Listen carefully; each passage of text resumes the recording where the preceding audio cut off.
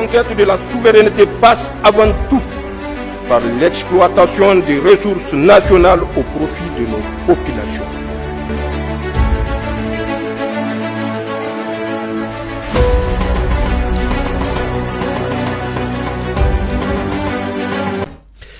Le Premier ministre, ministre de l'économie et des finances, Ali Mohamed Lamine Zen, a reçu ce matin en audience le ministre de la communication, porte-parole du gouvernement tchadien qui séjourne dans notre pays dans le cadre d'une visite de travail et d'amitié. Les échanges ont porté sur la coopération bilatérale et les liens séculaires entre le Niger et le Tchad. L'audience s'est déroulée en présence des membres du gouvernement. Nana Mariama El Moutari et Mahmoud Adamou.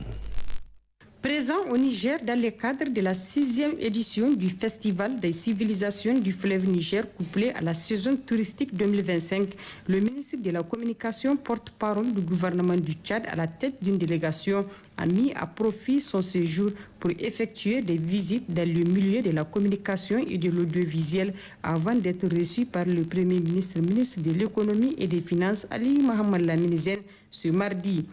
Le ministre Gassim Cherif Mohamed dit avoir échangé avec le Premier ministre sur la coopération bilatérale, les liens séculaires entre les deux pays, mais aussi son séjour à Niamey. Nous avons fait le tour de l'actualité en ce qui concerne le but, l'objectif de notre visite. Notre visite s'inscrit dans deux logiques. D'abord, nous avons répondu à l'invitation de la ministre du Tourisme et de l'Artisanat du Niger, en vue de participer au Festival des civilisations du fleuve. Et deuxièmement, nous avons rencontré le ministre de la Communication du Niger pour discuter de l'expérience nigérienne en matière de communication, notamment l'IFTIC, l'école de journalisme du Niger, qui a formé beaucoup de cadres tchadiens. Donc nous sommes venus nous imprégner du modèle nigérien, du savoir-faire nigérien. Nous sommes accueillis avec beaucoup de respect. Et donc nous sentons chez nous. Nous avons discuté de manière globale avec le Premier ministre des questions de coopération. Il nous a chargé de transmettre nos salutations au Premier ministre du Tchad, Alama Yalina, et le président de la République du Tchad, le maréchal Mohamed Ould Bitnou. Cette visite du ministre de la Communication, porte-parole du gouvernement du Tchad, sera couronnée par la signature des mémorandums d'entente entre le Niger et le Tchad en matière de coopération médiatique notamment. Par ailleurs, le ministre de la Jeunesse, de la Culture, des Arts et des Sports, le colonel-major Abdrahmane Amadou, a présidé ce matin à Niamey la cérémonie d'ouverture de la réunion annuelle des cadres du ministère. Les participants qui viennent de 8 régions du pays ont échangé avec les responsables centraux sur les différents programmes mis en œuvre dans les différents secteurs du ministère. Naïtullah Hassan et Hamidou Amadou. Rôle et responsabilité de l'agent du secteur de la jeunesse, de la culture, des arts et des sports dans la refondation du Niger. Tel est le thème retenu pour cette importante réunion des cadres du ministère de la jeunesse. Une rencontre annuelle qui a pour objectif non seulement de faire le bilan des réalisations des années écoulées, mais aussi de planifier celles des années à venir afin de relever les défis rencontrés. En tant que capitale politique et culturelle, engage pleinement aux côtés du gouvernement pour soutenir les initiatives jeunesse et sportives, valoriser notre patrimoine culturel et artistique, encadrer les talents afin qu'ils rayonnent au niveau national et international.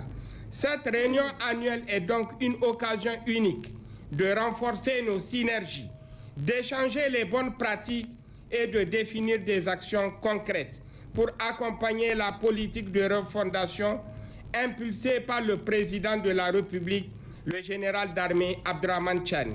Le ministre de la Jeunesse, de la Culture, des Arts et des Sports a rappelé plusieurs initiatives qui ont été mises en œuvre par son département ministériel.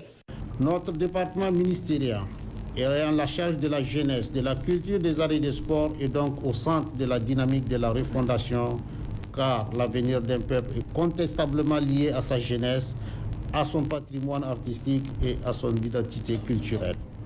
Vous conviendrez avec moi que le rôle et les responsabilités de l'agent du secteur jeunesse, culture, arts et sport dans la refondation est primordial en ce qu'il doit prendre toutes les initiatives visant à orienter, à encadrer les jeunes pour faire d'eux des agents de changement social nécessaires au développement de notre pays. Grâce à leur énergie, leurs idées innovantes, leur génie créateur et leur engagement civique. Les jeunes sportifs et artistes doivent être au cœur de la nouvelle gouvernance que nous voulons plus juste et plus responsable. De votre engagement, mesdames, messieurs, chers cadres, en charge du secteur jeunesse, culture, arts et sport, dépendra l'accomplissement du rôle majeur de ces acteurs dans l'édification d'un système politique plus solide, plus adapté aux défis contemporains du Niger.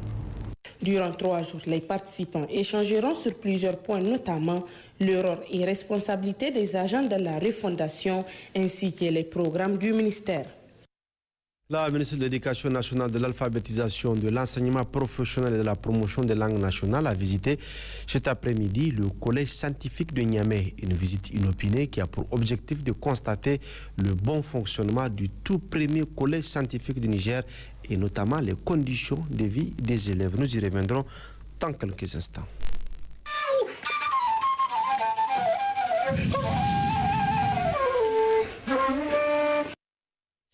Suite de l'affaire du drone des forces armées maliennes, femme abattue par l'Algérie dans la nuit du 31 mars au 1er avril 2025, après moult demandes des autorités maliennes à celles algériennes pour donner leur version des faits, le ministre des Affaires étrangères et de la coopération internationale malienne rencontre l'ambassadeur algérien en poste au Mali, Abdoulaye Diop, de lui spécifier les mécontentements des autorités maliennes ainsi que de celles de l'AES face à ce fâcheux incident entre deux pays amis. C'était ce matin lors d'une audience. Je vous propose d'écouter monsieur le ministre Abdoulaye Diop au micro de Nianyan Ali Traoré.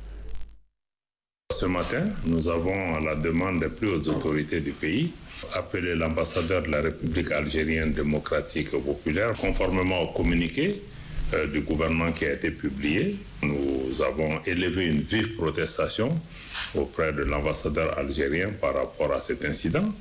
Et nous avons marqué aussi notre grande surprise que cet incident soit intervenu entre le Mali et la République algérienne démocratique et populaire, et surtout notre mécontentement. Le Mali et l'Algérie ne sont pas des pays en guerre. Et de notre point de vue, rien, absolument rien, ne saurait justifier que les forces de défense algériennes puissent s'attaquer militairement à un aéronef des forces de défense et de sécurité du Mali.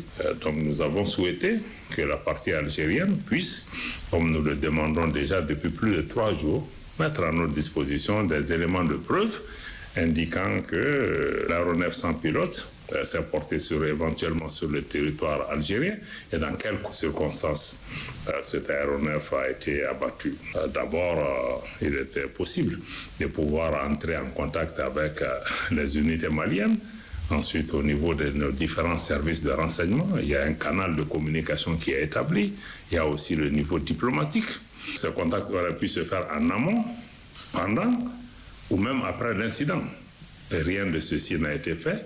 Le seul moment où le Mali a compris que l'Algérie était impliquée dans cet incident est quand le ministère de la Défense algérienne a émis un communiqué pour pouvoir revendiquer cette attaque contre le drone malien. Nous avons aussi indiqué à l'ambassadeur algérien que ce type de pratique doit exister entre les pays. D'ailleurs, nous avons rappelé que récemment, le Mali aussi, son espace aérien a fait l'objet de violations à partir d'un pays voisin, d'un aéronef de même type. Nous avons gardé notre sang-froid, nous avons suivi les différents protocoles de vérification et des informations dont nous avons besoin ont été portées à notre connaissance.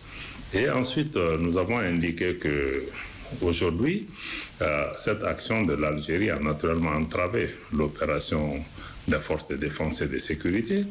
Nous pensions que l'Algérie et nous étaient tous engagés dans la lutte contre les groupes terroristes.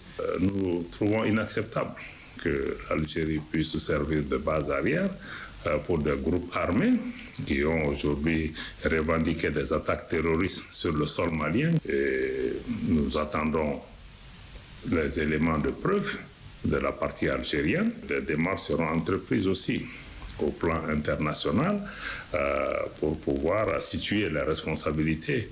Il s'agit d'un précédent extrêmement fâcheux. La conquête de la souveraineté passe avant tout par l'exploitation des ressources nationales au profit de nos populations.